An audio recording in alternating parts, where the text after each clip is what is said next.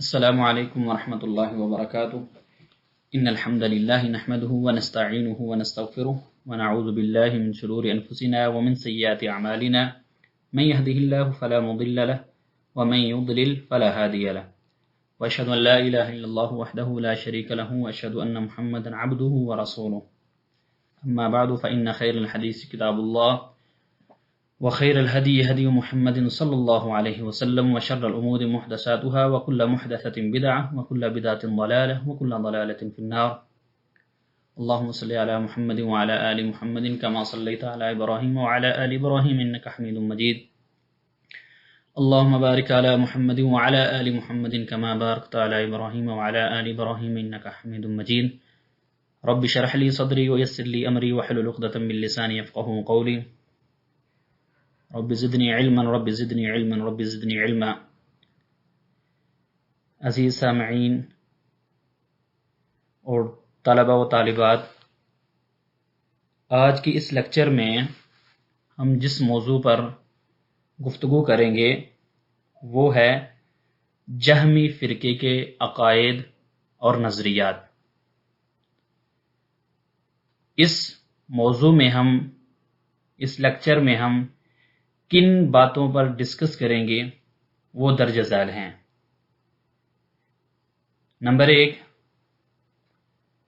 کہ اس فرقے کی نشو و نما کیسے ہوئی.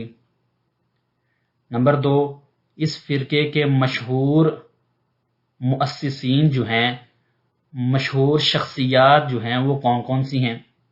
نمبر 3 اس مذہب کی ابتدا یعنی اس مذہب کے مصادر و مراجع اور اصل ان کی لڑی کہاں جا کے ملتی ہے. نمبر 4 ان کے جو اہم عقائد ہیں وہ کون کون سے ہیں، اور پھر ان عقائد پر جو ہے آگے رد کرنا یہ بھی ہے. نمبر 5 کہ جہمی جو افکار کے حامل لوگ ہیں یا جہمی جو فرقہ ہے اس کے متعلق علماء کا کیا حکم ہے. اس کے بعد آگے جو چیز ہے وہ ہے نمبر 6 عصر حاضر میں کیا یہ افکار، یہ جہمی جو فرقہ ہے اس کے نظریات کیا آج بھی موجود ہیں. اور آخر میں ہم ذکر کریں گے کہ جو مین کتابیں ہیں اس موضوع کو پڑھنے کے لیے ہمیں کن کن کا جو ہے نا وہ مطالعہ کرنا چاہیے. تو سب سے پہلی جو چیز ہے اس فرقے کے متعلق وہ یہ ہے کہ اس کی نشو و نما کیسے ہوئی، کیسے یہ فرقہ پروان چڑھا. تو یہ جو جہمی فرقہ ہے اس کی نسبت ابو محرز جہم بن صفوان سمرقندی کی طرف ہے. اور یہ جو جہم بن صفوان سمرقندی تھا اس نے اپنے عقائد جو لیے تھے وہ اصل میں جعد بن درہم سے لیے تھے. اور یہی 2 مشہور شخصیت ہیں اس فرقے کی. نمبر 1 جعد بن درہم پہلے تھا، اس کے بعد یہ جہم بن صفوان آیا تھا اور اس نے پھر آ کر اس جو ہے فرقے کو مضبوط کیا، اس کی افکار کو دنیا میں پھیلایا اور اس کے جو ہیں پیروکار وہ بڑھے. اور اسی کی وجہ سے اس کی زیادہ محنتوں کی وجہ سے اس کی طرف فرقے کو منسوب کر دیا. اگرچہ اس کی ابتدا جو ہے وہ جعد بن درہم نے رکھی تھی، اسی لیے بعض جو مصنفین ہیں وہ اس فرقے کو جعدیہ بھی کہتے ہیں. اور اکثر جو ہیں سلف کی کتابیں ہیں یا فرق کی جو کتابیں ہیں اس میں جہمیہ کے نام سے ہی ان کو جانا جاتا ہے. امام ابن تیمیہ رحمہ اللہ فرماتے ہیں کہ اس دنیا جہاں میں انسان جتنا سنت سے، ایمان سے، دین سے دور ہوتا چلا جاتا ہے اتنا ہی بدعات کا، نفاق کا ظہور ہوتا چلا جاتا ہے. اس لیے جب بھی کوئی بدعت سخت ترین آئی ہے اس کی وجہ یہ ہے کہ اس وقت ایمان اور اہل ایمان کمزور تھی. مثال کے طور پر جو سب سے پہلی بدعت آئی وہ خوارج کی تھی، پھر تشیع آگے، یا پھر اس طرح منکرین قدر آگے، اس طرح مرجیہ آگے، اس طرح جہمیہ آگے، پھر اس کے بعد معتزلہ، اشاعرہ، ماتریدیہ، کلابیہ، کلامیہ، یہ سارے کے سارے جو ہے نا وہ آگے افکار آتی گئیں۔ لیکن جو ادھر پوائنٹ امام ابن تیمیہ رحمہ اللہ نے ہمیں سمجھایا وہ یہ ہے کہ جب سنت سے ہماری دوری، ایمان ہمارا کمزور جب ہوتا ہے، اس وقت یہ بدعتیں، یہ فرقے جو ہے نا وہ نشرما پاتے ہیں۔ یہ جو جہمی فرقہ تھا یہ حضرت عمر بن عبد العزیز رحمہ اللہ کی موت کے بعد یہ پیدا ہوا تھا، یعنی جو تابعین کا آخری زمانہ تھا نا، اواخر عصر التابعین جس کو کہہ لیں، اس میں یہ فرقہ جو ہے نا وہ نشوونما پایا تھا۔ بعض جو ہیں فرق کی کتابوں میں یہ لکھا ہے کہ نہیں، یہ عمر بن عبد العزیز رحمہ اللہ کے دور میں ہی تھا اور انہوں نے ان کو ڈرایا بھی تھا۔ اور جو جہم بن صفوان تھا، اس کا ظہور جو ہوا تھا وہ خراسان کے علاقے میں اور ہشام بن عبد الملک کی خلافت میں ہوا تھا۔ اور میں نے پہلے بھی بات تذکرہ کیا ہے کہ جو جہم بن صفوان ہے یہ اصل میں اس کا مؤسس نہیں، اس کا مؤسس حقیقی جو تھا وہ جاد تھا، اور اس سے پہلے وہ تھا، یعنی پہلے جاد تھا پھر جہم آیا تھا، جہم بن صفوان۔ اور جو اس کا شیخ یعنی جاد تھا، اس کو مسلمانوں نے قتل کیا تھا۔ خالد بن عبداللہ القصری مشہور ان کے متعلق جو ہے واقعہ بھی ہے کہ عید الاضحیٰ کا موقع تھا، اور جو ہے نا اس نے سب لوگوں کو اکٹھا کیا اور ایک خطبہ پڑھا، حمد و ثنا کرنے کے بعد کہا یا ایھا الناس ضحوا تقبل اللہ ضحایاکم، کہ اے لوگو تم اپنی قربانیاں کرو، اللہ تمہاری قربانیوں کو قبول کرے۔ فانی مضح بالجاد بن درہم، کہ میں تو اس جاد بن درہم کو ذبح کرنے والا ہوں۔ وجہ کیا ہے؟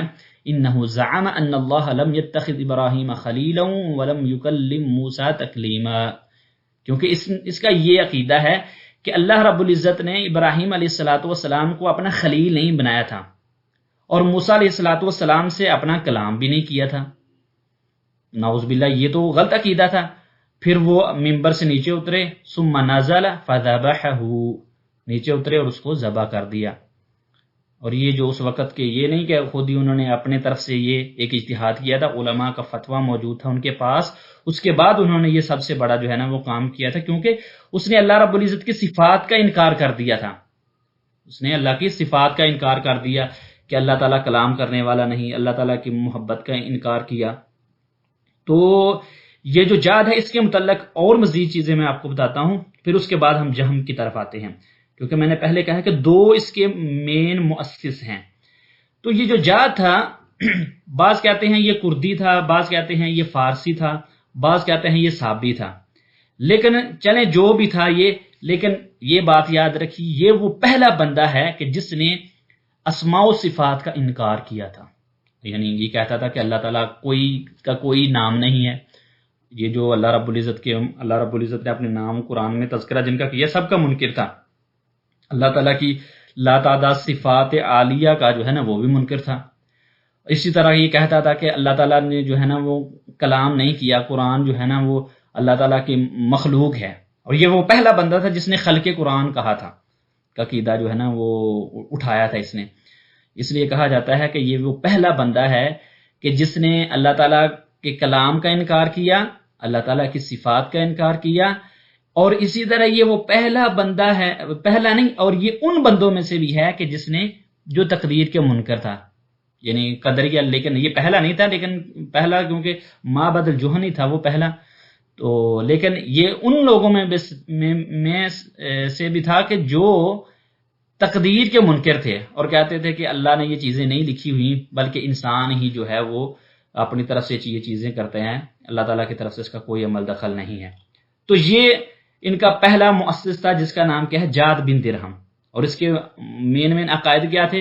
کہ اسماء و صفات کا انکار کرنا، اللہ تعالیٰ کے کلام کا انکار کرنا، اللہ تعالیٰ کی جو ہے نا جو صفت کلام مشہور ہے اس کا انکار کر کے کہنا کہ نہیں، یہ قرآن اللہ کا کلام نہیں بلکہ یہ اللہ تعالیٰ کی مخلوق ہے، اس طرح تقدیر کا منکر تھا یہ۔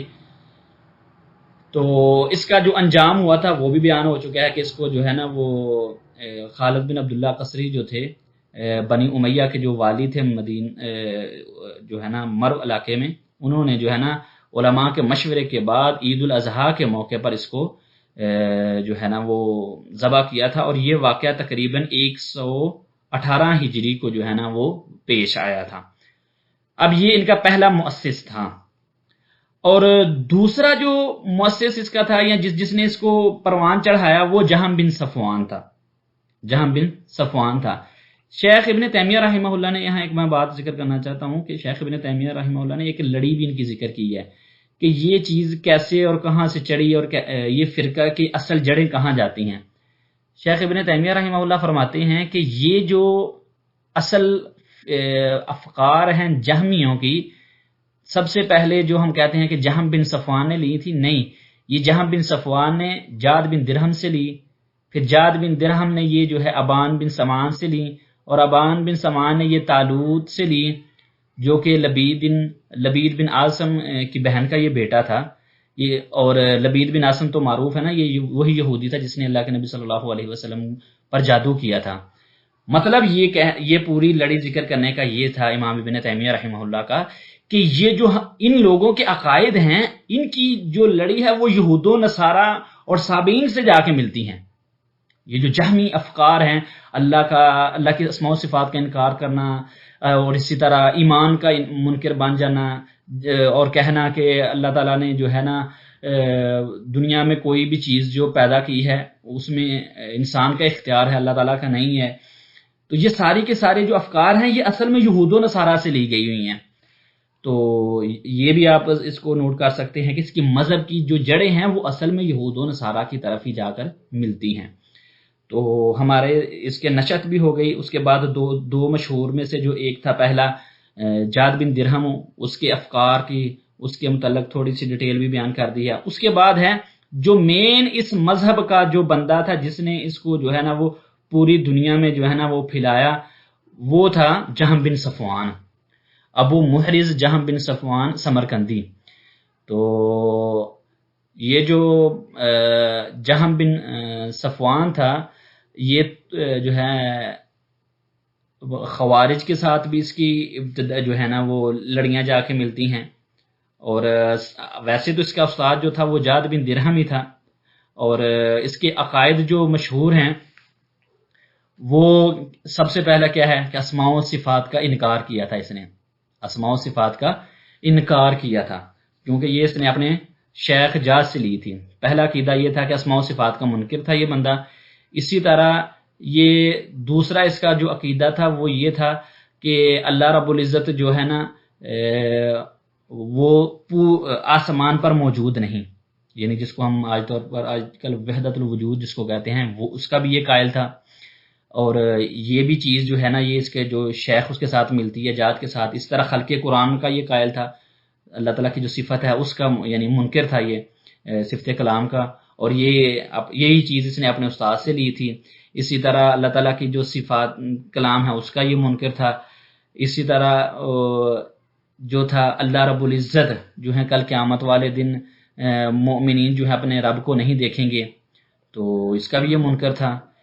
اب جو ایک اس کی بڑی عجیب چیز ہے وہ یہ ہے کہ یہ اہل جبر میں سے تھا، تقدیر کے باب میں یہ جبریہ میں سے شمار ہوتا ہے، حالانکہ جو اس کا شیخ جاد تھا وہ کیا تھا، قدری تھا، یعنی وہ قدری یہ کہتا تھا کہ انسان جو ہے نا وہی اپنے افعال کا خالق ہے، لیکن یہ کہتا ہے کہ نہیں، انسان جو ہے وہ مجبور ہے اللہ کے ہاتھوں، اور کہا جاتا ہے کہ یہی وہ پہلا بندہ ہے کہ جس نے یہ عقیدہ اٹھایا تھا کہ بندہ کچھ بھی نہیں کرتا، اصل میں دنیا میں جو کچھ ہو رہا ہے وہ سارے کا سارا وہ اللہ ہی بذات خود کر رہا ہے۔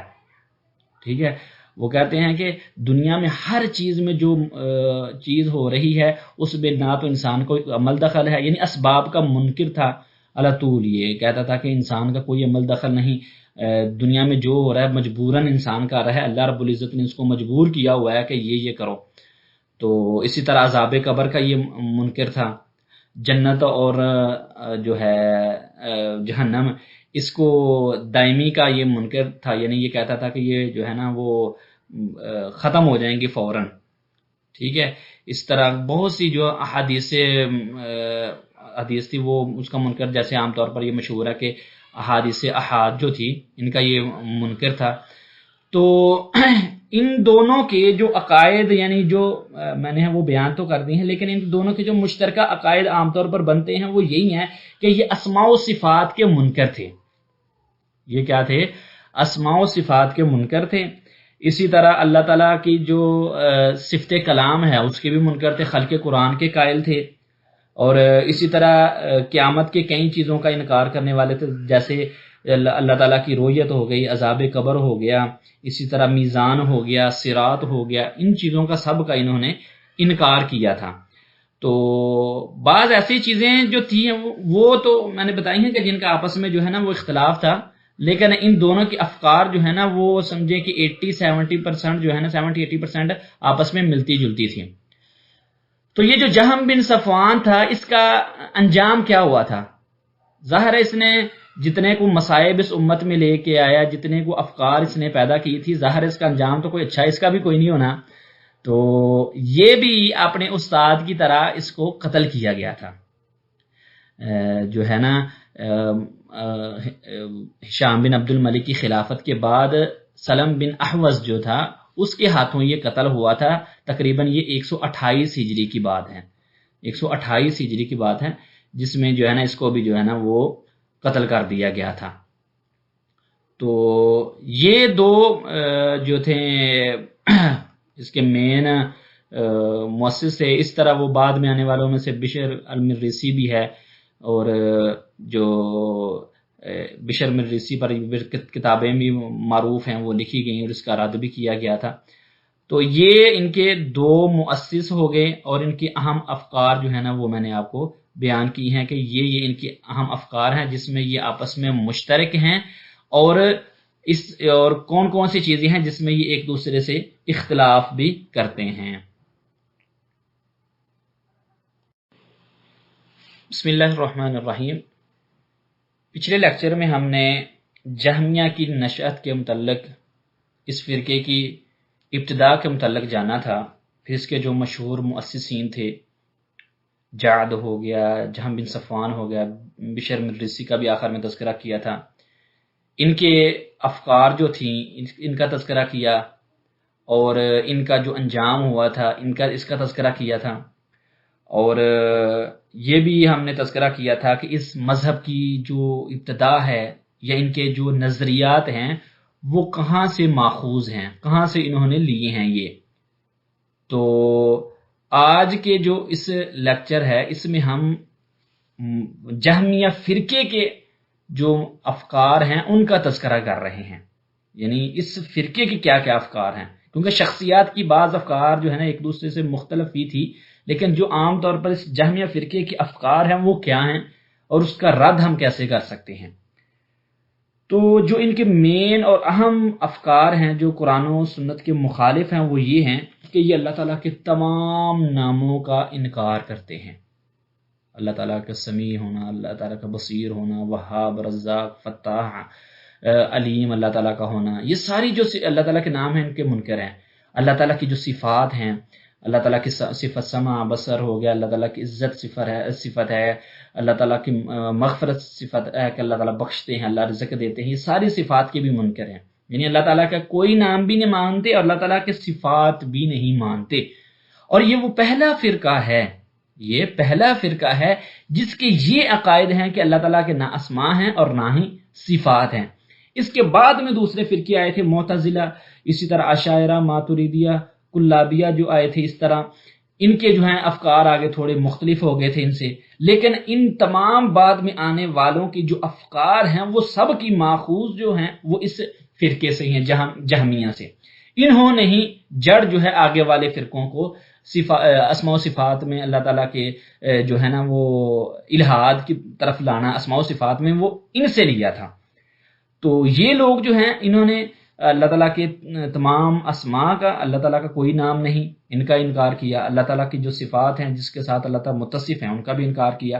حالانکہ اللہ رب العزت نے قرآن مجید میں جگہ جگہ پر اپنے نام ذکر کیے ہیں، اللہ تعالیٰ نے اپنے صفات ذکر کی ہیں. اللہ تعالیٰ فرماتے ہیں وَلِلَّهِ الْأَسْمَاءُ الْحُسْنَى، اللہ تعالیٰ کے اچھے اچھے خوبصورت نام ہیں، فَادْعُوهُ بِهَا، اور اس کے ساتھ اللہ کو پکارا کرو.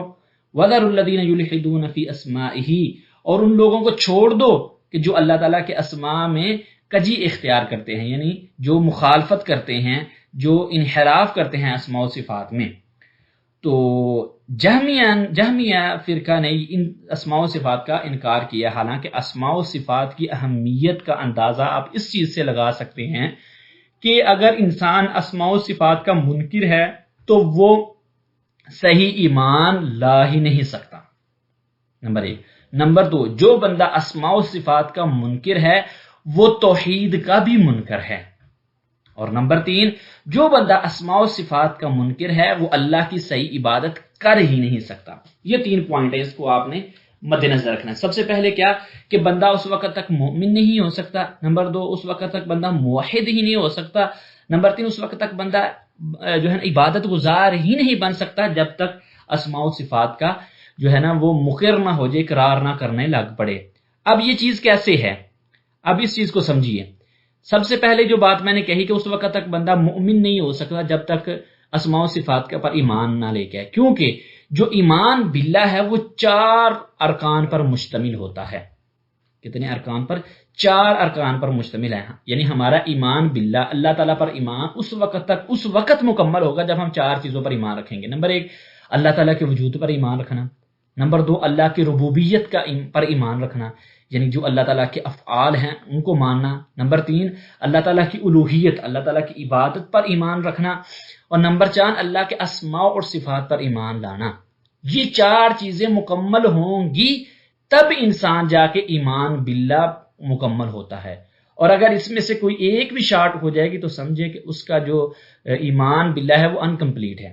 تو جو بندہ اب اسماء و صفات کو سرے سے نہیں مان رہا تو وہ ہم ڈائریکٹ یہ کہہ سکتے ہیں کہ یہ بندہ مؤمن نہیں ہے، اس کا ایمان مکمل ہے ہی نہیں. تو جو پھر ثابت ہوا کہ یہ جو جہمیہ ہیں انہوں نے اللہ پر بھی ایمان صحیح نہیں رکھا، کیونکہ اللہ رب العزت ہی قرآن میں کہہ رہے ہیں کہ میرے اللہ کے اچھے اچھے نام ہیں جو ہیں اللہ تعالیٰ کے، اس کے ساتھ اللہ کو پکارو اور اس ناموں سے اللہ کی صفتیں نکلتی ہیں اس پر ایمان لے کے آؤ. پھر اللہ تعالیٰ جو ہیں وہ احادیث قدسیاں ہیں، احادیث نبویہ ہیں کہ جس میں اللہ تعالیٰ کی صفات کا بھی تذکرہ کیا گیا ہے، جیسے کہ اللہ رب العزت جو ہے آسمان دنیا پر اترتے ہیں ہر رات اور آ کے یہ اعلان کرتے ہیں کہ من یدعونی فاستجیب لہ، کون ہے جو مجھ سے سوال کرتا ہے تو میں اس کا جواب دوں، کون ہے جو مجھ سے دعا کرتا ہے میں جواب دوں، کون ہے جو مانگتا ہے میں اس کو دوں، کون ہے جو مجھ سے مغفرت مانگتا ہے میں اس کو بخش دوں. تو اب اللہ تعالیٰ کی صفت نزول اترنا انہوں نے انکار کیا، تو مطلب یہ ہے اس پوری کی پوری حدیث کے وہ منکر بن رہے ہیں. اسی طرح اللہ تعالیٰ جو ہیں وہ بندے کی توبہ سے خوش ہوتے ہیں، فرح اللہ تعالیٰ کی صفت ہے، اب یہ اس کے بھی منکر ہیں. اللہ تعالیٰ جو ہیں اس کے ہاتھ ہیں، اللہ تعالیٰ کی صفات ہاتھ سے یہ جو منکر ہو رہے ہیں. اللہ رب العزت جو ہیں وہ ہنستے ہیں، ضاحک اللہ تعالیٰ کی صفت ہے، یہ اس کے بھی منکر ہو رہے ہیں.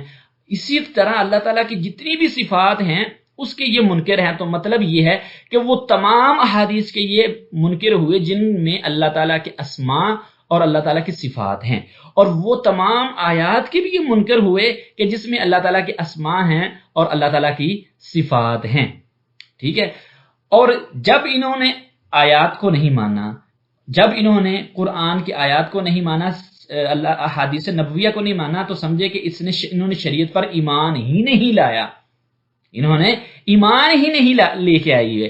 اور امام ابن تیمیہ رحمہ اللہ فرماتے ہیں کہ قرآن میں اسماء و صفات کا، اللہ تعالیٰ کے افعال کا اتنا زیادہ ذکر ہے، اتنا زیادہ ذکر ہے اس سے کہ کھانے پینے کی جو روزمرہ کی چیزیں ہیں ان کا کئی حد کم ذکر ہے قرآن میں، لیکن اسماء و صفات کا جو ہے اللہ تعالیٰ نے جگہ جگہ پر ذکر کیا ہوا ہے.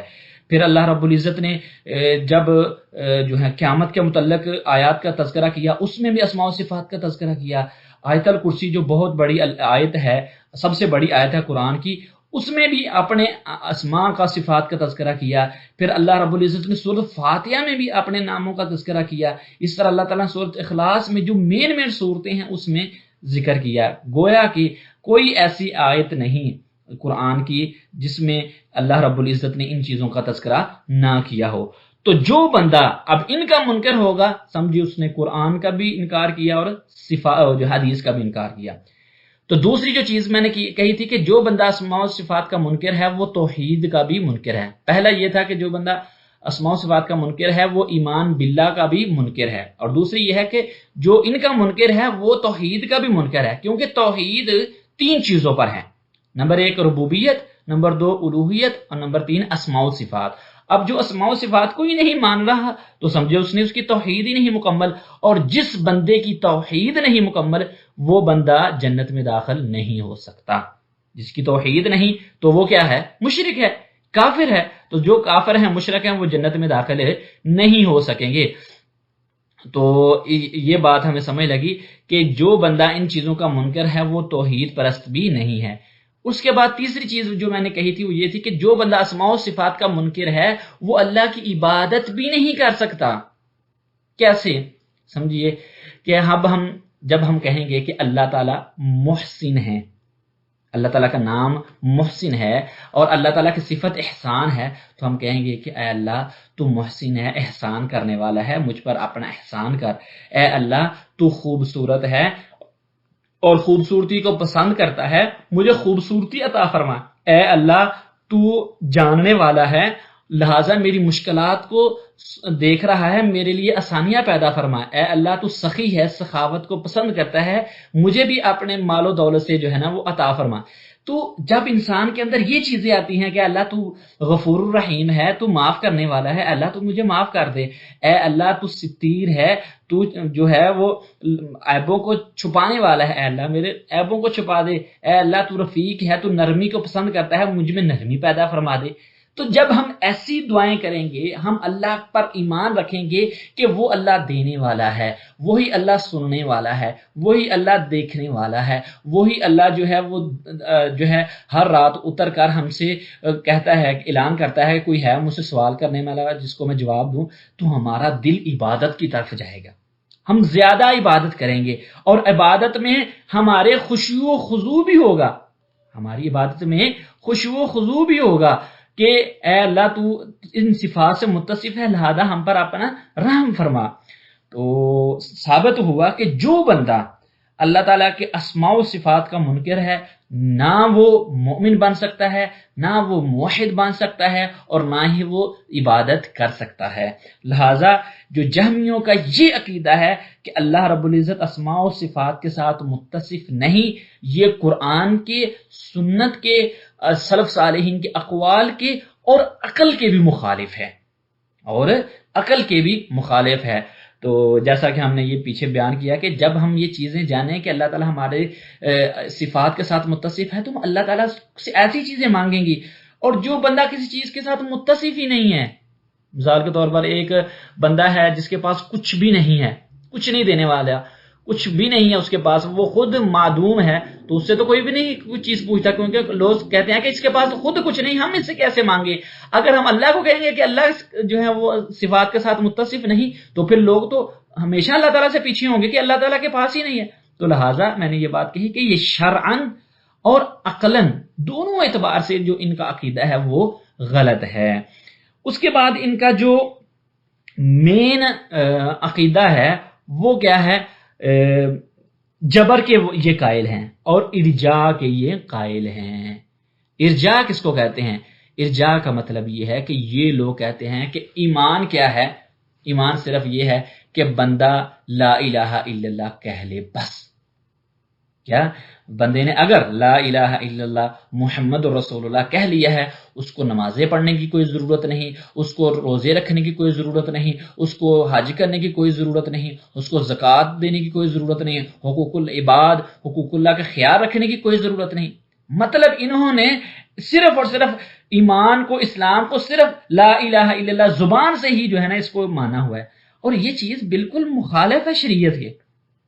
یعنی یہ لوگ یہ مرجئہ ہیں، ارجاء والے ہیں کہ جو کہتے ہیں بس چھوڑو، عمل کرنے کی کیا ضرورت ہے، ہم تو امتی ہیں اللہ کے نبی صلی اللہ علیہ وسلم کی، ہمیں تو ضرورت ہی نہیں کام کرنے کی. حالانکہ یہ ہر ذی شعور بندہ یہ سمجھ سکتا ہے کہ اللہ رب العزت نے جو ہم پر شریعت نازل کی ہے وہ اس لیے وما خلقت الجن والانس الا لیعبدون کہ اللہ کی عبادت کریں اور عبادت اللہ تعالیٰ کی ظاہری بھی ہوتی ہے، اللہ تعالیٰ کی باطنی بھی ہوتی ہے، زبان سے بھی ہوتی ہے، دل سے بھی ہوتی ہے، اعضاء سے بھی ہوتی ہے۔ تو عبادت کی تو کئی قسمیں ہیں، بدنی بھی ہوتی ہے، مالی بھی ہوتی ہے، لسانی بھی ہوتی ہے، ساری عبادات اللہ تعالیٰ نے شریعت میں رکھی ہوئی ہیں۔ لیکن یہ جو جہمیہ ہیں، یہ ساتھ جو ہیں مرجیہ بھی ہیں۔ کیا ہیں؟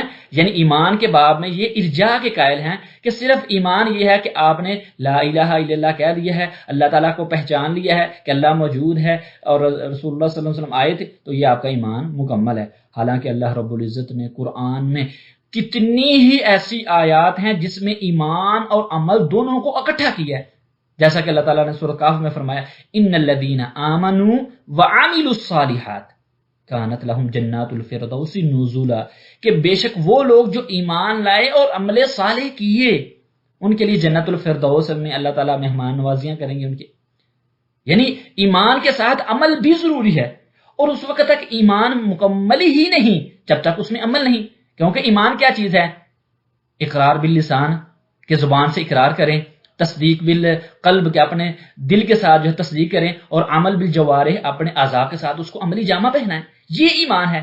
جو بندہ عمل نہیں کرتا وہ مومن نہیں، بندہ اس وقت تک مومن ہی نہیں جب تک وہ زبان سے نہ مانے، زبان سے اقرار نہ کرے، دل سے وہ جو ہے نا اس کو قبول نہ کرے دین کو، پھر اس کو عمل نہ کرے، اس وقت تک مومن نہیں ہے۔ اس طرح اللہ تعالیٰ نے سورۃ العصر کی آخری آیت 3 نمبر میں کیا فرمایا؟ والعصر ان الانسان لفی خسر الا الذین آمنوا وعملوا الصالحات وتواصوا بالحق وتواصوا بالصبر، کہ اللہ تعالیٰ نے فرمایا کہ زمانے کی قسم، یا پھر اس کا یہ دوسرا مطلب ہے کہ عصر کی بھی قسم، کہ سارے کے سارے لوگ خسارے میں جا رہے ہیں سوائے وہ لوگ جن میں 4 صفتیں ہیں۔ نمبر 1 ایمان لے کے آئے، نمبر 2 عمل صالح کیے، نمبر 3 حق کی لوگوں کو وصیت کی، اور نمبر 4 اس پر صبر بھی کیا۔ تو اب یہ سب چیزیں عمل ہیں۔ تواصی بالحق، حق کی وصیت کرنا یہ عمل ہے، صبر کرنا یہ بھی عمل جوارح ہے ہمارا۔ تو یہ جو لوگ ہیں جو کہتے ہیں کہ صرف ایمان اللہ تعالیٰ کی معرفت ہے، جو اگر معرفت اللہ تعالیٰ کی ہو گئی ہے کہ اب معرفت سے کیا مراد ہے، اس میں یہ مختلف ہی ہیں۔ تو یہ جو ان کا قول ہے کہ اللہ تعالیٰ کی معرفت اگر آ گئی ہے، یعنی ایمان کی تعریف یہ کیا کہتے ہیں؟ معرفت اللہ، اللہ تعالیٰ کی معرفت جو ہے نا وہی صرف ایمان ہے۔ تو یہ میں نے آیتیں آپ کو بتائی ہیں کہ اس میں اللہ رب العزت نے عمل کا جو ہے نا وہ تذکرہ کیا ہے کہ عمل بار بار کرو۔ پھر اسی طرح جو ہے اللہ تعالیٰ نے فرمایا ان الذین قالوا ربنا اللہ ثم استقاموا تتنزل علیہم الملائکۃ الا تخافوا ولا تحزنوا، کہ اللہ تعالیٰ نے فرمایا کہ بے شک وہ لوگ جو جنہوں نے کہا ہمارا رب اللہ ہے، پھر اس پر ڈٹ گئے۔ ڈٹنا کیسے ہے؟ عمل کے ساتھ استقامت اختیار کی، ان پر فرشتے اترتے ہیں اور کہتے ہیں کہ تم ڈرو نہ اور غمگین نہ ہو۔ اس طرح حضرت سفیان بن عبداللہ ثقفی فرماتے ہیں میں نے رسول اللہ صلی اللہ علیہ وسلم سے کہا کہ مجھے اسلام میں کوئی ایسی بات بتائیں کہ جس کے بعد مجھے کسی سے سوال نہ کرنا پڑے، تو آپ نے فرمایا یہ کہو قل آمنت باللہ، یہ کہو کہ میں اللہ پر ایمان لایا، ثم استقم، پھر اس پر استقامت بھی اختیار کرو۔ تو اللہ تعالیٰ نے یعنی صرف یہ نہیں کہا کہ صرف آپ سب نے صرف یہ نہیں کہا کہ یہ کہہ لو کہ میں مومن ہو گیا، بلکہ استقامت بھی لے کے آؤ، اپنے دل پر اعتماد بھی کرو، اللہ کے بتائے ہوئے احکامات پہ بھی عمل کرو۔ تو یہ جو چیزیں ہیں عمل کا ہونا بہت ہی ضروری ہے، اور اسی پر جو ہے صحابہ کرام کا، تابعین کا، فقہاء کا، محدثین کا، یعنی سلف صالحین کا یہی عقیدہ تھا کہ ایمان اور عمل لازم ملزوم ہیں۔ امام شافعی رحمہ اللہ فرماتے ہیں کہ صحابہ کا اور تابعین اور ان کے بعد والے تمام لوگوں کا اس بات پر اجماع ہے کیا کہ الایمان قول و عمل و نیہ، کہ ایمان کیا ہے؟ قول، عمل اور نیت کا نام ہے، کہ لا یجزی واحد من الثلاث عن الاخر، کہ ایک بھی ان سے علیحدہ ہو نہیں سکتی۔ ٹھیک ہے۔ اسی طرح جو امام ابن تیمیہ رحمہ اللہ فرماتے ہیں کہ سلف صالحین عمل اور ایمان میں کبھی بھی فرق نہیں کرتے تھے، بلکہ کہتے ہیں کہ عمل ایمان سے ہے اور ایمان عمل میں سے ہے۔ تو اسی طرح امام بخاری رحمہ اللہ کا وہ مشہور قول ہے، کہتے ہیں کہ لقیت اکثر من 1000 رجل من اہل العلم، کہ میں 1000 سے زیادہ اہل علم کو ملا، اہل حجاز والوں کو، مکہ مدینہ والوں کو جا کے ملا، کوفہ بصرہ کے علماء کو ملا، واسط و بغداد کے علماء کو جا کے ملا، شام و مصر کے علماء کو جا کے ملا۔ تو فما رأيت واحدا منهم يختلف في هذه الاشیاء ان الدین قول و عمل، کہ ان میں سے ہر ایک یہی کہتا تھا اور اس میں اختلاف بھی نہیں کرتے تھے. کیا کہتے تھے یہ لوگ؟ کہ دین قول اور عمل کا نام ہے. دین قول بھی ہے اور ساتھ عمل کا بھی نام ہے. اسی لیے تو اللہ تعالیٰ فرمائے وما امروا الا ليعبدوا الله مخلصين له الدين حنفاء ويقيموا الصلاة ويؤتوا الزكاة وذلك دين القيم، کہ ان لوگوں کو حکم دیا گیا ہے کہ اللہ کی مخلص ہو کے عبادت کریں، یکسو ہو کر عبادت کریں، نماز بھی پڑھیں، زکوٰۃ بھی دیں. یہ اصل میں سیدھا دین ہے. صرف اللہ تعالیٰ کی معرفت حاصل کرنے سے دین مکمل نہ ہونا ہوتا تو اللہ تعالیٰ پھر ان چیزوں کا تذکرہ کرنے کے بعد تو نہ کہتے کہ وذالک دین القیم. دین قیم کون سا اللہ رب العزت نے بیان کیا؟ کہ جس میں قول باللسان، ٹھیک ہے، اس کے بعد تصدیق بالقلب، عمل بالجوارح ہو، جس میں یہ ساری کی ساری چیزیں ہوں. تو لہٰذا ان کا یہ عقیدہ جہمیوں کا کہ انسان اگر اللہ کی معرفت حاصل کر لیتا ہے عمل نہیں بھی ہوتا تو وہ مومن ہے، یہ قرآن کے مخالف ہے، سنت کے مخالف ہے، سلف صالحین محدثین فقہا کے فہم کے یہ مخالف ہے. اسی طرح ان کا ایک عقیدہ ہے کہ انسان تقدیر کے ہاتھوں مجبور ہے.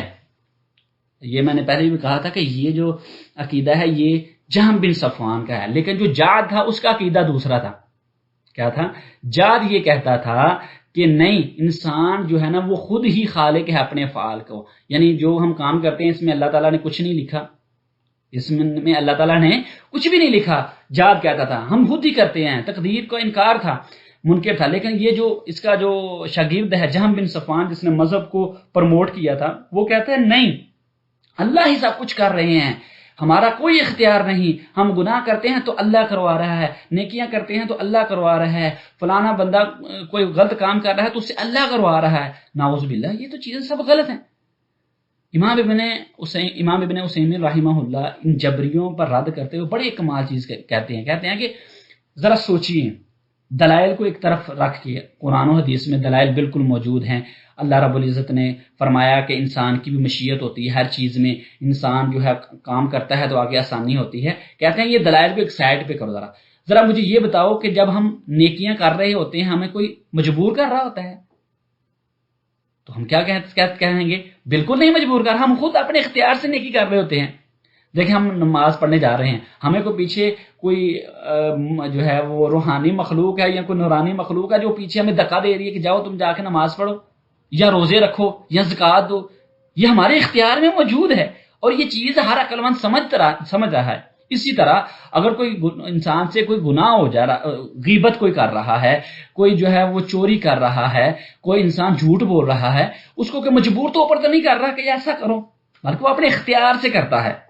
ہر چیز ہمارے اندر اختیار اللہ نے رکھا ہے، لیکن یہ اختیار جو ہے اس میں بھی اللہ تعالیٰ کی مشیت ہوتی ہے، اور ہر مشیت والا کام جو ہوتا ہے وہ اللہ تعالیٰ پسند بھی نہیں کرتے. یہ تو آگے ایک تقدیر کی مباحث ہیں نا، یہ تو آگے آتی ہیں. تو بات کہنے کا مقصد یہ ہے کہ امام ابن عثیمین رحمہ اللہ کہہ رہے ہیں کہ جو انسان کام کرتا ہے، انسان جو بھی کام کرتا ہے چاہے وہ نیکی ہو یا انسان کی جو بدی ہو، اس میں انسان کا اختیار ہوتا ہے اور اللہ تعالیٰ کی اس میں مشیت ہوتی ہے. اس طرح اللہ تعالیٰ نے جو ہے، اسی طرح اللہ رب العزت نے اپنی کتاب میں بھی جو ہے نا اس کے متعلق فرمایا تھا کہ منکم من یرید الدنیا ومنکم من یرید الآخرہ، کہ تم میں سے بعض دنیا چاہ رہے ہوتے ہیں اور بعض آخرت چاہ رہے ہوتے ہیں. یعنی اللہ تعالیٰ نے ہماری طرف نسبت کی ہے کہ بعض کا یہ ذہن ہوتا ہے، بعض کا یہ ذہن ہوتا ہے. اسی طرح فرمایا کہ وما تنفقون الا ابتغاء وجہ اللہ، کہ تم خرچ کرتے ہو اللہ تعالیٰ کی خوشنودی حاصل کرنے کے لیے. تو ہماری طرف فعل کی نسبت کی گئی ہے. اسی طرح اللہ تعالیٰ فرماتے ہیں کہ انما الاعمال بالنیات وانما لکل امرئ ما نوى، کہ اعمال کا دار و مدار نیتوں پر ہے اور جو تم نیت کرتے ہو ویسا ہی ہوگا. دیکھیے اب اللہ رب العزت نے ہماری طرف افعال کی نسبت کی ہے. تو یہ جو چیزیں ہیں نا، یہ کہنا کہ انسان جو ہے نا وہ مجبور ہے تقدیر کے ہاتھوں، اور جو اللہ کہتے ہیں وہی جو ہے نا جو برائیاں ہو رہی ہیں اللہ کروا رہے ہیں، یہ ساری چیزیں بالکل غلط ہیں. فلما زاغوا ازاغ اللہ قلوبہم، جب انسان خود ٹیڑھا ہوتا ہے تو اللہ تعالیٰ بھی اس کو اس کی طرف بھیج دیتا ہے نا. ایسا کہ فاما من اعطى واتقى وصدق بالحسنى فسنيسره لليسرى، کہ جو بندہ اللہ کے راستے میں خرچ کرتا ہے، پرہیزگار بنتا ہے، تو اللہ آسانیاں کی طرف آسانیاں کرتے جاتے ہیں۔ اور پھر آگے کیا فرمایا، فَأَمَّا مَنْ آتَى وَاتَّقَى وَصَدَّقَ بِالْحُسْنَى فَسَنُيَسِّرُهُ لِلْيُسْرَى وَأَمَّا مَنْ بَخِلَ وَاسْتَغْنَى، جو کنجوسی کرتا ہے، فَسَنُيَسِّرُهُ لِلْعُسْرَى، اس کو تنگی کی طرف اللہ لے جاتے ہیں۔ اس طرح اللہ کے نبی صلی اللہ علیہ وسلم نے فرمایا، اعملوا، نیکیاں کیا کرو، عمل کیا کرو، فَكُلٌّ مُيَسَّرٌ لِمَا خُلِقَ لَهُ، کہ اللہ تعالیٰ انسان کو جس کی طرف ہر ایک کے لیے آسانی اس چیز کی طرف کر دی جاتی ہے، لما خلق لہ، جس کے لیے وہ پیدا کیا گیا ہے۔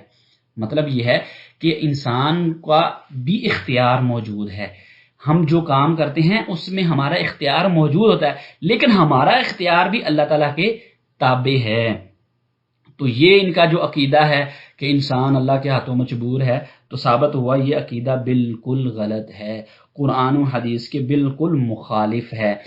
تو اس کے بعد جو ان کا آخری جو عقیدہ میں جس کا تذکرہ کرنا چاہتا ہوں، اور بھی بہت مین جو ہیں، وہ یہ کہتے ہیں کہ جنت اور جہنم یہ فنا ہو جائیں گی، ان کا وجود زیادہ دیر نہیں رہے گا۔ حالانکہ یہ بھی چیز جو ہے قرآن و حدیث کی نصوص کے بالکل برعکس ہے۔ قرآن و حدیث میں جو ہے اللہ رب العزت نے جنت اور جہنم کے وجود کا ابھی کے وجود کا بھی تذکرہ کیا ہے، اور یہ بھی اللہ رب العزت نے فرمایا ہے کہ یہ ہمیشہ ہمیشہ رہیں گی۔ کیسے؟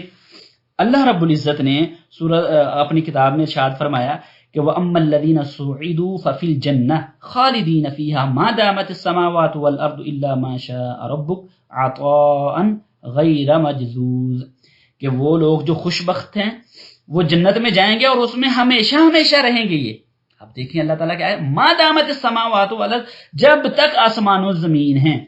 اور اللہ تعالیٰ سے بڑھ کر سچا اور اللہ تعالیٰ سے بڑھ کر کھڑی اور سچی بات کون کر سکتا ہے؟ اب اللہ تعالیٰ کہہ رہے ہیں کہ جنت میں یہ ہمیشہ ہمیشہ رہیں گے۔ اسی طرح اللہ تعالیٰ فرمایا وما هم منها بمخرجین، وہ اس سے نکالے نہیں جائیں گے۔ اسی طرح دوسری جگہ فرمایا لا یذوقون فیہا الموت الا الموتۃ الاولی، کہ ان کو وہاں موت بھی نہیں آئے گی سوائے اس کے جو پہلے ان کو موت آ چکی ہے۔ اس طرح احادیث میں کئی روایات ہیں کہ اللہ کے نبی صلی اللہ علیہ وسلم نے فرمایا کہ اہل جنت کو پکارنے والا، ایک آواز لگانے والا کہے گا کہ تم زندہ رہو فلا تموتوا ابدا، تمہیں ابھی کبھی بھی موت نہیں آئے گی۔ اسی طرح وہ موت کو ذبح کرنے کے بھی مشہور وہ روایت ہے کہ جنت اور جہنم کے درمیان موت کو ذبح کیا جائے گا اور یہ اعلان کیا جائے گا یا اہل الجنہ خلود فلا موت وَيَا أَهْلَ النَّارِ خُلُودٌ فَلَا مَوْتٌ، اے جہنمیوں ہمیشہ جہنم میں رہو گے، اب کوئی موت نہیں آنے والی، اور جنتیوں ہمیشہ جنت میں رہو گے، اب کوئی موت آنے والی نہیں ہے۔ اللہ ہمیں بھی اہل جنت میں سے بنائے۔ تو اللہ رب العزت جو ہے موت کو ہی ذبح کر دیں گے، ٹھیک ہے؟ اب اللہ رب العزت اس موت کو ہی ذبح کر دیں گے، کسی کو موت آنی نہیں۔ اسی طرح جہنم کے بارے میں اللہ تعالیٰ نے فرمایا فَأُولَٰئِکَ أَصْحَابُ النَّارِ هُمْ فِيهَا خَالِدُونَ، یہ آگ والی ہیں اور اس میں ہمیشہ ہمیشہ رہیں گے۔ دوسری جگہ فرمایا وَمَا هُمْ بِخَارِجِينَ مِنَ النَّارِ، یہ اس میں نکلنے والے نہیں، لَا يُقْضَىٰ عَلَيْهِمْ فَيَمُوتُوا وَلَا يُخَفَّفُ عَنْهُم مِّنْ عَذَابِهَا، نہ تو ان کو اللہ رب العزت موت دے گا اور نہ ہی ان کے عذاب میں ہلکا کوئی کچھ کرے گا۔ تو یہ ساری کی ساری جو نصوص ہیں، جتنی بھی یہ آیات ہیں، اس کا کیا مطلب ہے کہ جنت اور جہنم ہمیشہ رہیں گے۔ دیکھیں انسان کو اللہ رب العزت جنت میں رکھے، جنت کی جو نعمتیں ہیں، سب سے بڑی نعمت کیا اللہ رب العزت دیں گے، اپنا دیدار کروائیں گے اللہ رب، اس سے بڑھ کے کیا نعمت ہوگی؟ حضور پاک صلی اللہ علیہ وسلم کو دیکھا جائے گا، اللہ کی نعمتوں کو ہم دیکھیں گے، جو چاہیں گے وہ ملے گا۔ کیا ہم چاہیں گے کہ وہ چیزیں ہم سے جلدی چھن جائیں یا ہمیں موت آ جائے؟ تو یہ اگر اللہ رب العزت موت دے دیں گے تو پھر تو یہ ہے نا، جنت کا نام ہی جنت نہ رہا۔ جنت تو چیز ہی وہ ہے کہ جس میں ہمیشہ انسان رہنے والا ہے۔ تو یہ ثابت ہوا کہ جنت اور جہنم ہمیشہ رہیں گے، اور وہ بھی دلائل موجود ہیں کہ جس میں ہے کہ ابھی بھی جنت اور جہنم موجود ہیں۔ کیسے؟ جیسا کہ اللہ رب العزت نے فرمایا اعدت للمتقین، جنت کے متعلق فرمایا کہ وہ متقین کے لیے تیار کر دی گئی ہے، اور جہنم کے بارے فرمایا کہ اعدت للکافرین، یہ کافروں کے لیے تیار کر دی گئی ہے، ان کے اترنے سے پہلے یہ چیز موجود آ گئی ہے۔ قرآن میں اس کا تذکرہ ہے، پھر سنت میں حدیث میں فرمایا کہ اللہ کے نبی صلی اللہ علیہ وسلم نے فرمایا کہ جب تم میں سے کوئی بندہ فوت ہو جاتا ہے، صحیح بخاری کی حدیث ہے، تو اس پر جو ہے نا اس کا ٹھکانہ جنت یا جہنم جو بھی ہے وہ صبح و شام پیش کیا جاتا ہے، ٹھیک ہے، اگر وہ اہل جنت میں سے ہے تو وہ اہل جنت میں ہے، اس کو کہا جاتا ہے کہ یہ تیرا ٹھکانہ ہے، اللہ تعالیٰ نے تجھے دیا ہے۔ تو اس کا مطلب یہ ہے کہ جو بندہ مر رہا ہے اس کو اللہ رب العزت کا ٹھکانہ بھی دکھا رہے ہیں، تو مطلب موجود ہے تو اس کو دکھا رہے ہیں نا۔ اس طرح اللہ کے نبی صلی اللہ علیہ وسلم جو ہے نا نے بھی حدیث میں آتا ہے کہ الجنہ، کہ آپ صلی اللہ علیہ وسلم نے جنت دیکھی تھی۔ تو ان تمام نصوص سے یہ چیز ثابت ہو رہی ہے کہ انسان کا یہ عقیدہ رکھنا کہ جنت اور جہنم ابھی موجود نہیں، یہ عقیدہ یا یہ کہنا کہ جنت اور جہنم ہمیشہ نہیں رہیں گے، یہ قرآن و حدیث کے بالکل برعکس ہے اور عقل کے بھی یہ منافی ہے۔ تو یہ جو جہمی فرقہ کے مین عقائد تھے ان کا میں نے تذکرہ کیا تو اور ان کا رد بھی کیا۔ یہ مین عقائد ان کے خلق قرآن کے متعلق بھی ہے، صفت کلام کے متعلق بھی ہیں، اس طرح اللہ تعالیٰ کی محبت کے متعلق بھی ہیں، بڑے ہیں، لیکن یہ میں نے وہ جو اہم پوائنٹ ہیں ان کا تذکرہ کیا کیونکہ ہمارا جو لیکچر ہے وہ بہت لمبا نہیں ہو سکتا۔ جو مین ان کے پوائنٹ ہیں یا جن سے یہ مشہور ہیں وہ میں نے تذکرہ کیا ہے ان کا، تو اس کا پھر ہم نے مفصل رد بھی کیا ہے ان عقائد پر۔ اس کے بعد باری آتی ہے جس پوائنٹ کی، وہ یہ ہے کہ یہ جو جہمیہ ہیں کیا عصر حاضر میں یہ موجود ہیں؟ ابھی یہ کیا موجود ہے جہمیہ کے نام سے کوئی فرقہ؟ تو جو ابھی کتابیں جتنی بھی لکھی گئی ہیں ان میں ابھی ہم یہ جو ہے 100% یہ نہیں کہہ سکتے کہ ابھی اس جہمیہ کے نام سے فلانے ملک میں یا فلانی جگہ پر یہ فرقہ ابھی موجود ہے، نہیں، ایسی کوئی چیز نہیں۔ لیکن یہ جو افکار ہیں کہنا کہ اللہ عمل کی ضرورت نہیں یا جنت اور جہنم ہمیشہ نہیں رہیں گے، یہ افکار ابھی بھی موجود ہیں۔ ایسے لوگ ابھی بھی موجود ہیں جو کہتے ہیں کہ صرف ہمارے معاشرے میں موجود ہیں جو کہتے ہیں بھائی ہم مسلمان ہو گئے، ہمیں عمل کرنے کی کوئی ضرورت نہیں ہے، ہمیں عمل کرنے کی کوئی ضرورت نہیں ہے، لوگ ابھی بھی موجود ہیں، ہمارے معاشرے میں موجود ہیں۔ تو یہ افکار جہمیہ کی ہیں۔ اس طرح ابھی بھی وہ لوگ موجود ہیں کہ جو جنت اور جہنم کے منکر ہیں، وہ کہتے ہیں دنیا صرف یہی ہے، یہ بالکل موجود ہیں، اور ہمارا کئی دفعہ سامنا بھی ان لوگوں سے ہوتا ہے۔ لیکن جو ہے نام لے کے ہم یہ کہیں کہ فلانا جو فرقہ ہے جو آج اس نام سے مرسوم ہے یہ جہمیہ ہے اور یہ ان کے 100% وہی عقائد ہیں جو ان کے تھے، ایسی چیز نہیں، ان کی بعض جو چیزیں ہیں وہ ان کے اندر موجود ہیں۔ تو یہ جو عقیدہ ہے، بعض لوگ جو فرق کے متعلق پڑھتے ہیں ان میں وہ جب کسی سے سامنا کرتے ہیں وہ کہتے ہیں بھائی یہ جو علم ہے یہ پرانا تھا، اس کا آج کل کوئی عمل دخل نہیں۔ بھائی کیوں نہیں؟ ابھی بھی وہ لوگ ہیں جو اللہ کے اسماء و صفات کا انکار کرنے والے ہیں، جنت جہنم کا انکار کرنے والے ہیں، جو خلق قرآن کے قائل ہیں، ابھی بھی موجود ہیں۔ تو ان پر رد کرنا چاہیے۔ شریعت میں دین کو سمجھنا اور دین کے مخالف لوگوں کے اقوالوں کو بھی سمجھنا، اس پر رد کرنا، یہ بھی ایک دین کا حصہ ہے، یہ بھی ایک دین کا ایک حصہ ہے۔ تو جو ہے نا یہ کہنا کہ یہ افکار کی پڑھنے کی کوئی ضرورت نہیں، یہ بالکل فضول سی چیز ہے۔ اب اس کے بعد ایک چیز آتی ہے کہ جہمیہ جو ہیں، جہمیہ ان پر حکم کیا لگے گا؟ کیا یہ مسلمان ہیں، مومن ہیں، کافر ہیں، مشرک ہیں، منافق ہیں، کیا ہیں یہ لوگ؟ تو دیکھیے جتنے کو ان کے عقائد بیان میں نے جیسے وضاحت سے کیے ہیں یا جیسے ان کا رد کیا ہے تو سمجھ تو لگ جاتی ہے کہ یہ قرآن و حدیث کے بالکل مخالف ہیں، اور ان پر حکم لگانے سے پہلے ایک درجہ بندی امام ابن تیمیہ رحمہ اللہ نے ان کی ہے، اس کو سمجھ لیجئے، پھر بڑا آسان ہو جائے گا ان پر حکم لگانا۔ اور پھر میں یہ بتاؤں گا آپ کو کہ یہ علماء نے یہ جو اقوال کہے ہیں یہ کس قسم کے متعلق کہے ہیں۔ ان کے امام ابن تیمیہ رحمہ اللہ نے تقسیم کی ہے 3 فرقوں میں۔ نمبر 1 جہمیہ غالی ہیں، جو جن کے یہ مین عقائد ہیں کہ اسماء و صفات نہیں ہیں، اسی طرح جنت جہنم کے منکر ہیں، اللہ تعالیٰ کے صفت کلام کے منکر ہیں، اور جبر ارجاء کے قائل ہیں۔ اب یہ جو لوگ ہیں نا ان کے متعلق علماء کا اجماع ہے کہ یہ لوگ دائرہ اسلام سے خارج ہیں، یہ دائرہ اسلام سے خارج، حتیٰ کہ علماء ان کو اسلامی فرقوں میں شمار ہی نہیں کرتے۔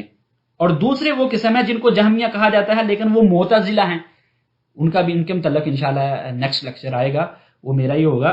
معتزلہ لیکن ان پر حکم ان سے بالکل مختلف ہے۔ اس طرح تیسرا درجہ ہے، یعنی کیونکہ جو معتزلہ تھے وہ اسماء کے اقرار کرتے تھے لیکن صفات کا انکار کرتے تھے۔ اس طرح تیسرا فرقہ ہے جیسے اشاعرہ ماتریدیہ ہیں، ان میں سے بعض جو ہیں بعض اسماء کا بعض صفات کا انکار کرتے ہیں، بعض کا اقرار کرتے ہیں۔ اب ان پر بھی وہ حکم نہیں ہے کہ جو پہلے والوں پر ہے۔ تو ابھی جو میں حکم آپ کو بیان کرنے لگا ہوں، علماء کے اقوال حکم کے متعلق نقل کرنے والا ہوں، یہ ان جہمیہ کا ہے کہ جن کا تذکرہ پہلے ہوا ہے کہ جو اسماء و صفات کے منکر ہیں، جنت جہنم کے ابدیت کے منکر ہیں، ارجاء اور جبر کے قائل ہیں، خلق قرآن کے قائل ہیں، ان کے متعلق علماء فرماتے ہیں کہ یہ دائرہ اسلام سے خارج ہیں، یہ اسلامی فرقہ بھی نہیں ہے، یہ اسلامی فرقہ بھی نہیں ہے۔ اسی وجہ سے تو خالد بن عبداللہ نے جو ہے اس کو جات کو ذبح کیا تھا۔ اسی طرح جہاں بن صفوان کی بھی گردن اتاری گئی تھی۔ یہ کس لیے؟ کیونکہ یہ مخالف تھے، کیونکہ یہ بالکل مخالف تھے۔ تو ان کو جو یہ کہنا کہ یہ دائرہ اسلام میں موجود ہیں تو یہ چیز درست نہیں ہے۔ امام عثمان بن سعید دارمی فرماتے ہیں کہ مل جہمیت عندنا من اہل القبلہ، کہ جہمیہ اہل قبلہ میں سے نہیں ہے، مطلب یہ اہل اسلام میں سے نہیں ہے، بل ہؤلاء الجہمیہ افحش زندقہ، یہ زندیقوں میں سے سب سے خطرناک اور غلیظ زندیق ہیں، وَأَظْهَرُ كُفْرًا، اور ان کا کفر بھی سب سے زیادہ ہے، وَأَقْبَحُ تَعْوِيلًا لِكِتَابِ اللَّهِ وَرَدِّ صِفَاتِهِ، کہ ان کی جو تعویلیں ہیں یہ بھی بڑی قبیح ہیں، دوسرے ان زنادقہ سے کہ جنہوں نے حضرت علی کو قتل کیا تھا اور ان کو حضرت علی نے آگ سے جلایا بھی تھا، تو یہ کہتے ہیں کہ یہ ان سے بھی زیادہ سخت ہیں، یہ درست نہیں ہے۔ اس طرح امام مالک رحمہ اللہ کے متعلق ان سے پوچھا گیا اس بندے کے متعلق جو کہے کہ قرآن مخلوق ہے، تو فرمایا اس سے توبہ کروائی جائے گی، اور ایک آدمی اس پر ان کے پاس آیا اور کہا کہ آپ کیا کہتے ہیں اس بندے کے متعلق جو کہے کہ قرآن مخلوق ہے، تو فرمایا انہ زندیق، وہ زندیق ہے، وہ مسلمان نہیں ہے، وہ دائرہ اسلام سے خارج ہے، ٹھیک ہے۔ تو یہ جو ہے نا لوگ بالکل ہم ان کو مسلمان نہیں کہہ سکے، اگر ہم ان کو مسلمان کہیں گے تو پھر کفر کون سا دنیا میں موجود ہے؟ کیا دنیا میں پھر کفر بھی ہے؟ امام ابن تیمیہ رحمہ اللہ نے، امام عبداللہ بن مبارک نے، اس طرح امام آجری رحمہ اللہ نے، فرق کی جتنی کتابیں لکھی گئی ہیں انہوں نے جو ہے نا ان لوگوں کو دائرہ اسلام سے خارج قرار دیا ہے۔ ابن مبارک رحمہ اللہ نے ان کو کافر تک قرار دیا، امام ابو حنیفہ رحمہ اللہ نے اس بندے کو کافر قرار دیا ہے جو یہ کہے کہ اب مجھے یہ نہیں پتا کہ اللہ آسمان میں ہے یا زمین میں ہے، ٹھیک ہے، صرف یہ شک کرے، جو یہ شک کرے کہ اللہ آسمان میں ہے یا زمین میں ہے اس کو کافر قرار دیا، اور یہ کہے کہ اللہ ہر جگہ پر ہے جیسے یہ جہمیہ لوگ کہتے ہیں، تو کیا وہ مسلمان ہوگا؟ ٹھیک ہے۔ اب یہ جو افکار ہیں یہ جہمیہ فرقے کی میں آپ کو بتا رہا ہوں، لیکن کسی بھی بندے کی جو افکار ہیں جو کہے کہ جنت جہنم کے متعلق کوئی عقیدہ رکھے لیکن اس پر یہ اعلیٰ طول ہم یہ حکم نہیں لگا سکتے، اگر وہ لا الہ الا اللہ کا مقر ہے، لا الہ الا اللہ پڑھتا ہے، تو ہم یہ نہیں اس کو فوراً جو ہے کفر کا فتویٰ لگا کر اور اس پر جو ہے نا احکام کفر لاگو کر دیں، یہ چیز علیحدہ ہے۔ دیکھیں مطلق کفر اور جو ہے نا تعین کفر یہ علیحدہ علیحدہ چیزیں ہیں۔ اگر کسی کے اندر کفر کی چیز موجود ہے اس کا مطلب یہ نہیں کہ وہ بندہ ڈائریکٹ کافر بھی ہو رہا ہے، اور اس پر وہ جو احکامات ہیں وہ ہم لگانا شروع کر دیں، یہ بھی ٹھیک ہوگا۔ تو ان چیزوں کا بھی خیال رکھنا چاہیے۔ ہمارا دین جو ہے نا وہ ہر چیز کے متعلق شروط اور موانع وغیرہ بھی تذکرہ کرتے ہیں، لیکن جس کے یہ عقائد ہیں جیسے جہمیہ کے ٹوٹل عقائد جس کے اندر ابھی بھی موجود ہیں وہ تو بندہ درست نہیں ہے، وہ دائرہ اسلام سے ویسے ہی خارج جو عقائد ان کے تھے، لیکن اگر ان میں سے کوئی جز اس کے اندر پایا جا رہا ہے اس پر حکم علیحدہ ہوگا۔ تو اس کے بعد ہمارا جو بات ہے اس میں وہ کیا ہے، اہم کتابیں اس موضوع میں جو لکھی گئی ہیں، تو جو مین کتابیں اس کے متعلق لکھی گئی ہیں وہ میں متقدمین کا ہی تذکرہ کرتا ہوں، پھر متأخرین میں سے بھی ایک دو ذکر کر دوں گا۔ متقدمین میں سے امام احمد بن حنبل رحمہ اللہ کی معروف کتاب الرد علی الزنادقہ والجہمیہ ہے، اسی طرح جو ہے امام بخاری رحمہ اللہ کی بھی کتاب ہے، اسی طرح امام جو ہیں عثمان بن سعید دارمی کی بھی الرد علی الجہمیہ ہے، ابن قتیبہ کی بھی کتاب ہے الاختلاف فی اللفظ والرد علی الجہمیہ ہے، ٹھیک ہے، وہ امام بخاری کی جو کتاب ہے خلق و افعال العباد والرد علی الجہمیہ ہے، اسی طرح ابن مندہ کی بھی کتاب ہے الرد علی اللفظیہ، اس طرح امام محمد بن اسحاق بن مندہ کی بھی کتاب الرد علی الجہمیہ ہے، اسی طرح جو ہے اچھی کتابوں میں سے متاخرین میں سے امام ابن تیمیہ رحمہ اللہ کی بیان التلبیس الجہمیہ بہت کمال کی کتاب ہے، پھر امام ابن قیم رحمہ اللہ کی دو انتہائی اہم کتابیں اور ان کے جو شبہات ہیں ان کا رد پہ جو کتابیں ہیں وہ اجتماع الجیوش الاسلامیہ علی غزو المعطلۃ والجہمیہ ہے، معروف کتاب ہے، اور اس کے بعد ان کی جو اہم کتاب ہے وہ صواعق المرسلہ الجہمیۃ والمعطلہ یا مختصر الصواعق المرسلہ جو عام طور پر آج کل متداول ہے ابن قیم کی، یہ متاخرین میں سے کمال کی کتاب ہے، یہ جو ہے مختصر الصواعق المرسلہ اگر پڑھ لی جائے اس میں جو ہے نا ان کے رد پر جو ہے نا وہ انبار لگا دیا ہے امام ابن قیم نے رد پر، عقلی طور پر شرعی طور پر جو ہے نا وہ ردود ان کے ذکر کیے ہیں اور ان کے شبہات کا اچھے طریقے سے مفصل جو ہے نا وہ رد کیا ہے۔ پھر اس کے بعد متاخرین میں بھی ابھی جو معاصر لوگ ہیں ان کی بھی کتابیں ہیں، جیسے فرق المعاصرہ ہے واجی صاحب کی ہے، اس طرح شہبۃ الحمد کی بھی ہیں ایک کتاب، لیکن یہ جو ہے نا سفر الحوالی کی بھی کتاب ہے، یہ مختصر عقائد ان کے ذکر کیے ہوئے ہیں۔ تو یہ جہمیہ کے متعلق جو ہمارا لیکچر تھا، اس میں جو ہم نے جانا تھا اس کو میں ریپیٹ کرتا ہوں۔ سب سے پہلے ہم نے اس کی نشو و نما کے متعلق ابتدا اس فرقے کے متعلق وہ جانی تھی، پھر اس کے بعد اس کے جو مؤسس تھے مین ان کا تذکرہ کیا تھا، ان کا عقائد کا تذکرہ کیا تھا، ان کے انجام کا تذکرہ کیا تھا، پھر اسی طرح اس فرقے کی جو افکار ہیں ان کے مصادر و مراجع کیا ہیں، کن سے انہوں نے افکار لی تھی ان کا بھی تذکرہ کیا ہے، پھر اس کے بعد اس فرقے کے جو مجمل عقائد ہیں جو عام طور پر فرقے کے عقائد جانے جاتے ہیں ان کا بھی تذکرہ کیا تھا، پھر ان کے جو اہم عقائد ہیں ان پر رد بھی مفصل طور پر قرآن سے حدیث سے عقلی طور پر بھی ہم نے رد جو ہے نا وہ دیکھا تھا۔ پھر اس کے بعد جہمیہ کے جو افکار ہیں کیا عصر حاضر میں ابھی موجود ہیں یا نہیں ہیں، تو اس کا بھی تذکرہ میں نے کیا تھا۔ تو اس کے بعد جو ہے نا جہمیہ پر حکم ہم کیا لگائیں گے اس کا بھی تذکرہ کیا تھا، جہمیہ پر فرقے پر کیا حکم ہے، یا پھر جو بندہ اس پر کوئی عصر حاضر میں ان کا ایک جز کوئی پایا جا رہا ہے اس پر کیا حکم ہے اس کا بھی تذکرہ کیا ہے۔ اس کے بعد آخر میں اہم کتابیں جو ہیں اس کا بھی تذکرہ کیا گیا ہے۔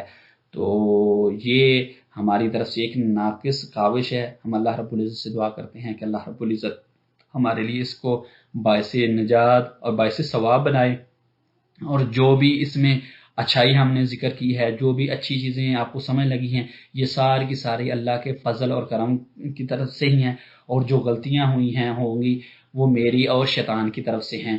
تو اللہ رب العزت سے دعا ہے کہ اللہ رب العزت ہمیں حق بات سمجھنے کی توفیق نصیب فرمائے، اور حق کے مخالف جو لوگ کھڑے ہیں ان کے جو نظریات ہیں، ان کے جو عقائد ہیں، ان کے جو شبہات ہیں ان کو سمجھنا اور ان کا رد کرنے کی بھی توفیق نصیب فرمائے اور استقامت دین نصیب فرمائے۔ وآخر دعوانا ان الحمد للہ رب العالمین، والسلام علیکم ورحمۃ اللہ وبرکاتہ۔